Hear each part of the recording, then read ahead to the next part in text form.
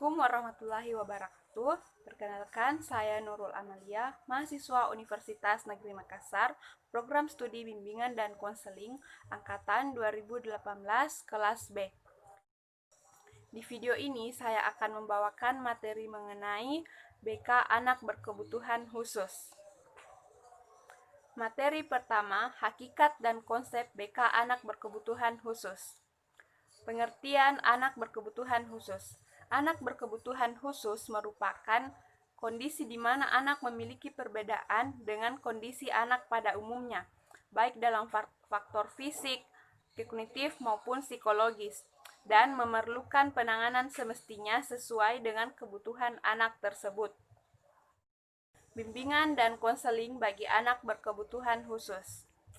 Bimbingan bagi anak berkebutuhan khusus diberikan agar anak tersebut lebih mengenal dirinya sendiri, menerima keadaan dirinya, mengenali kelemahan dan kekuatannya, dan dapat mengarahkan dirinya sendiri sesuai dengan kemampuannya. Sedangkan konseling bagi anak berkebutuhan khusus adalah upaya bantuan yang diberikan oleh konselor kepada anak tersebut agar dapat menyelesaikan masalah yang sedang dihadapinya dan mampu menyesuaikan diri dengan lingkungan yang berbeda dengan dirinya, serta mampu untuk mengembangkan potensi yang dimilikinya sesuai dengan kemampuan yang dimiliki anak berkebutuhan khusus tersebut. Tujuan bimbingan dan konseling bagi anak berkebutuhan khusus. Secara umum, tujuan bimbingan dan konseling bagi anak berkebutuhan khusus adalah untuk membantu anak tersebut dalam mengembangkan diri dan menyesuaikan dirinya secara optimal sesuai dengan hambatan, gangguan, dan kelainannya. Layanan bimbingan dan konseling bagi anak berkebutuhan khusus. Ada 7 layanan bimbingan dan konseling yang dapat diberikan kepada anak berkebutuhan khusus, yaitu layanan orientasi, layanan informasi, layanan penempatan dan penyaluran, layanan bimbingan belajar, layanan bimbingan karir, layanan konseling perorangan, dan layanan mediasi. Materi kedua, jenis-jenis anak berkebutuhan khusus. Anak dengan gangguan penglihatan atau tunanetra. Tunanetra adalah gangguan daya penglihatan berupa kebutaan menyeluruh atau sebagian, dan walaupun mereka telah diberi pertolongan alat bantu khusus, tetapi mereka masih mendapat pendidikan khusus. Anak dengan gangguan pendengaran atau tunarungu. Tunarungu atau gangguan pendengaran merupakan gangguan yang menghambat proses informasi bahasa melalui pendengaran, dengan maupun tanpa alat pengeras, bersifat permanen maupun sementara, yang mengganggu proses pembelajaran anak. Anak dengan retardasi mental atau tunagrahita. Tunagrahita adalah individu yang secara signifikan memiliki inteligensi di bawah inteligensi normal, dengan skor IQ sama atau lebih rendah dari 70. Anak dengan kelainan fisik atau tunadaksa. Gangguan ini merupakan gangguan fisik yang berkaitan dengan tulang, otot, sendi, dan sistem persarafan, sehingga memerlukan pelayanan khusus. Salah satu contohnya adalah cerebral palsy. Anak unggul dan berbakat istimewa. Anak unggul dan berbakat istimewa ini adalah anak yang memiliki kemampuan yang melebihi dari kemampuan orang lain pada umumnya, dan mampu untuk menunjukkan hasil kerja yang sangat tinggi. Anak dengan hambatan berbicara dan bahasa.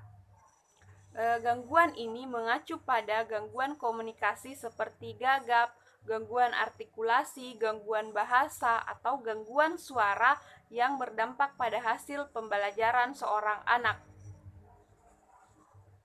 Anak dengan gangguan spektrum autis. Anak dengan gangguan spektrum autis adalah anak yang mengalami gangguan perkembangan yang dimanifestasikan dalam hambatan komunikasi verbal dan nonverbal, masalah pada interaksi sosial, gerakan yang berulang, dan stereotip. Sangat terganggu dan dengan perubahan dari suatu rutinitas, memberikan respon yang tidak sesuai terhadap rangsangan sensoris. Materi ketiga, permasalahan dan kebutuhan anak berkebutuhan khusus. Tunagrahita. Tunagrahita ini memiliki permasalahan yaitu tidak dapat mengatur diri sendiri, memiliki permasalahan yang berkaitan dengan perilaku sosial, bermasalah berkaitan dengan karakteristik belajar, bermasalah dalam bahasa dan juga pengucapan. Sedangkan kebutuhannya yaitu memerlukan perhatian khusus dari guru di sekolah.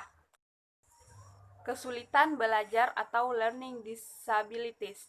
Permasalahannya yaitu anak yang secara nyata mengalami kesulitan dalam tugas-tugas akademik khusus, terutama dalam kemampuan membaca, menulis, atau berhitung dan matematika. Kebutuhannya yaitu memerlukan perhatian khusus dari guru dalam mengenal huruf dan angka. Tunalaras. Permasalahan yang dihadapi oleh penderita tunalaras yaitu tidak mampu belajar bukan disebabkan oleh faktor intelektual, sensori, atau kesehatan. Tidak mampu melakukan hubungan baik dengan teman-teman dan guru. Bertingkah laku atau berperasaan tidak pada tempatnya. Sedangkan kebutuhannya yaitu memberikan pola belajar take and give. Tidak memaksakan kehendak yang memaksa, berikan ruang pada anak untuk berkembang, dan berikan batasan mana yang boleh dan mana yang tidak boleh. Tunarungu wicara. Permasalahan yang dialami oleh tunarungu wicara yaitu kurang memperhatikan saat guru memberikan pelajaran di kelas. Seringkali ia meminta pengulangan penjelasan guru ketika di kelas, mempunyai kesulitan untuk mengikuti petunjuk secara lisan. Sedangkan kebutuhannya yaitu membutuhkan stimulasi agar kemampuan mereka dapat dioptimalkan. Tunanetra. Permasalahan yang dihadapi seperti kesulitan dalam kehidupan sehari-hari, menggantungkan hidupnya kepada orang di sekitarnya. Contoh kecilnya seperti mengambil makan ataupun minum. Kesulitan dalam hal pendidikan, sebab membaca adalah kesulitan terbesar bagi penyandang tunanetra. Sedangkan kebutuhannya yaitu membutuhkan media yang digunakan untuk proses belajar mengajar. Anak autistik. Permasalahan yang dialami oleh anak autistik yaitu masalah dalam memahami lingkungan. Misal, mengikuti instruksi verbal, mendengar peringatan atau paham apabila dirinya dimarahi. Masalah gangguan perilaku dan emosi. Misal, sikap menyendiri dan menarik diri berperilaku seolah-olah orang lain tidak ada. Sedangkan kebutuhannya yaitu kebutuhan dalam berkomunikasi dan juga kebutuhan memperhatikan dan memahami lingkungannya. Tunadaksa. Permasalahan yang dialami adalah masalah fisik yang terjadi pada anak tunadaksa dapat berupa kelumpuhan anggota gerak atas, bawah, atau pada otot-otot penegak tulang punggung yang bisa terjadi pada sebagian ataupun keseluruhan. Dan anak tunadaksa ini cenderung merasa apatis, malu, rendah diri, dan sensitif. Sedangkan kebutuhannya yaitu kebutuhan komunikasi secara lisan, tulisan, maupun menggunakan bahasa isyarat. Kebutuhan mobilisasi meliputi serangkaian gerakan dari berguling, telungkup, merangkak, duduk, berdiri, dan berjalan menempuh jarak tertentu. Materi 4, BK untuk anak berkebutuhan khusus. ADHD, autis, retardasi mental, talented, dan gifted. Anak ADHD atau Attention Deficit Hyperactivity Disorder. Anak ADHD ini merupakan gangguan yang ditandai dengan adanya ketidakmampuan anak untuk memusatkan perhatiannya pada sesuatu yang dihadapi, sehingga rentang waktu perhatian yang dimiliki sangat singkat dibandingkan dengan anak lain yang seusianya. Gangguan perilaku ini biasanya disertai dengan gejala hiperaktif dan tingkah laku yang impulsif. Anak autis. Autisme adalah suatu penyakit otak yang mengakibatkan hilangnya atau berkurangnya kemampuan seseorang untuk berkomunikasi, berhubungan dengan sesama, dan memberi tanggapan terhadap lingkungannya. Retardasi mental. Retardasi mental adalah penurunan fungsi intelektual yang menyeluruh secara bermakna dan secara langsung menyebabkan gangguan adaptasi sosial dan bermanifestasi selama masa perkembangan.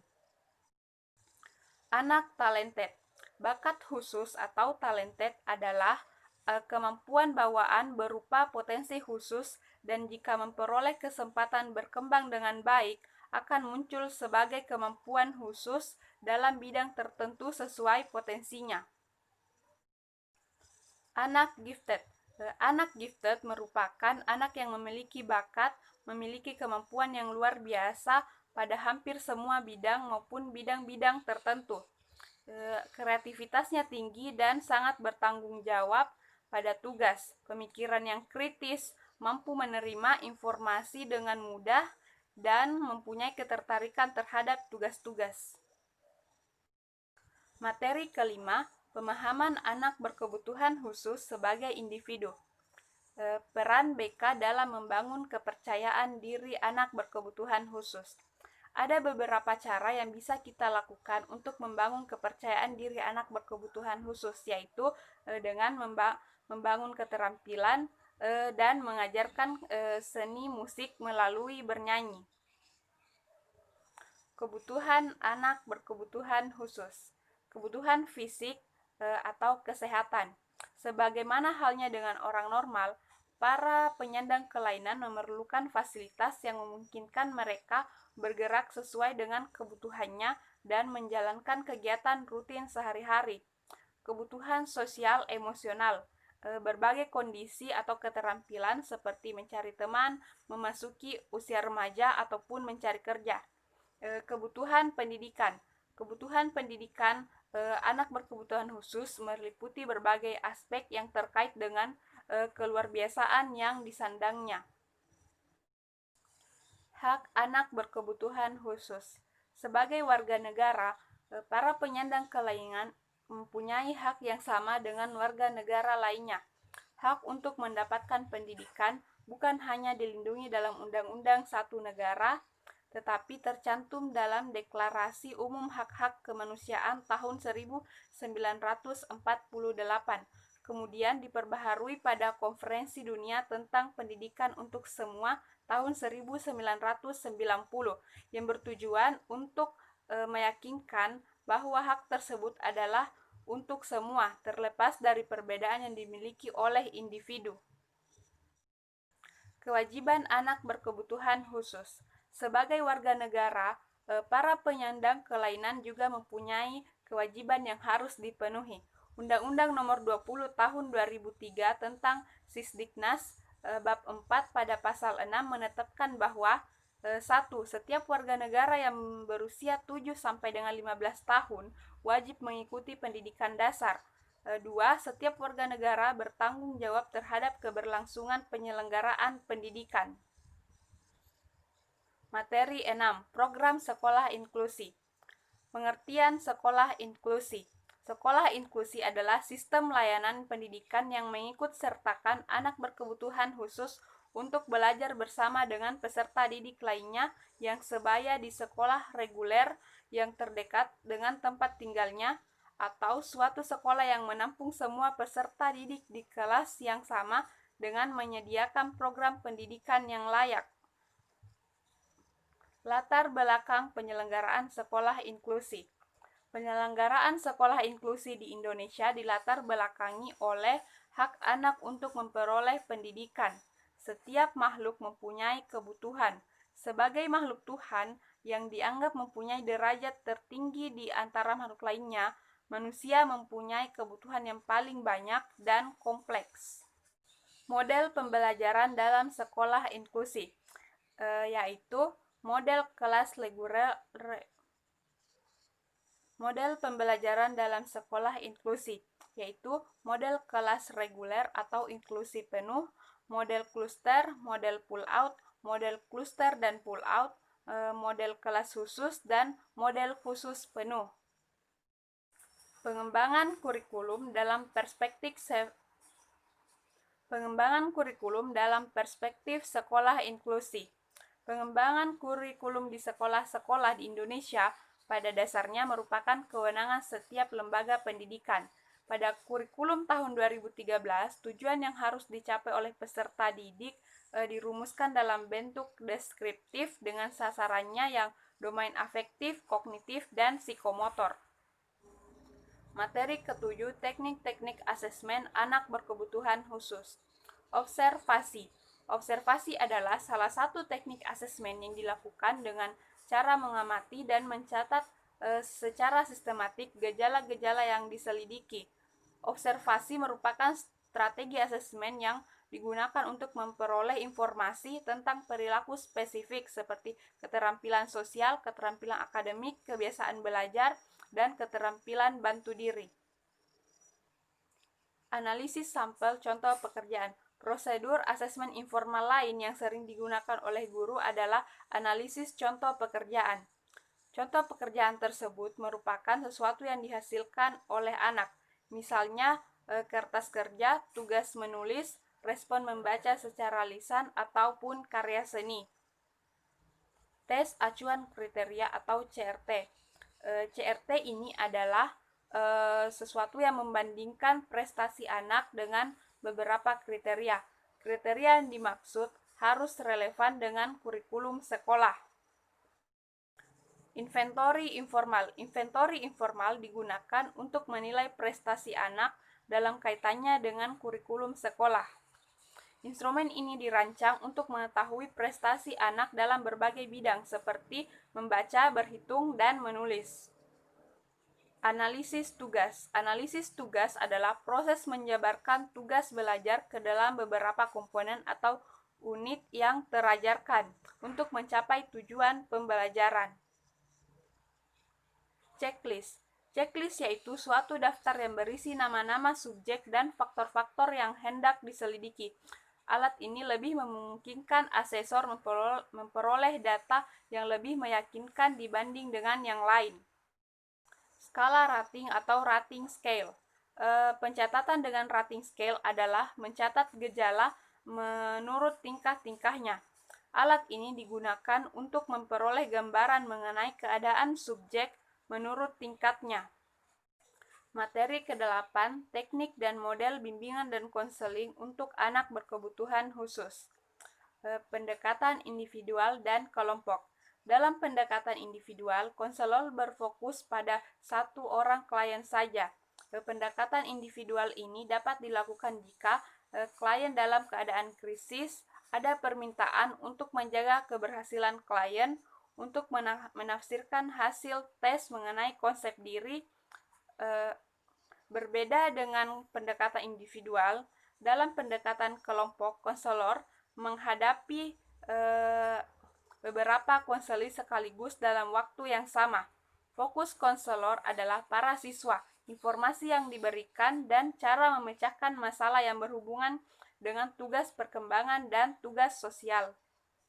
Pendekatan behavior. Ada 4 metode yang dapat digunakan dalam bimbingan dan konseling untuk anak berkebutuhan khusus, yaitu operant learning, unitative learning atau social modeling, cognitive learning, dan emotional learning. Pendekatan reality. Pendekatan ini berfokus untuk membantu siswa anak berkebutuhan khusus agar mempunyai emosi yang kuat dan rasional. Konselor menggunakan pendekatan ini berperan aktif untuk berbicara mengenai tingkah laku siswa anak berkebutuhan khusus, mengarahkan perhatian siswa tersebut tentang tingkah lakunya, mendorong memberikan penilaian atas tingkah lakunya. Itulah tadi materi yang saya bawakan. Terima kasih dan wassalamualaikum warahmatullahi wabarakatuh.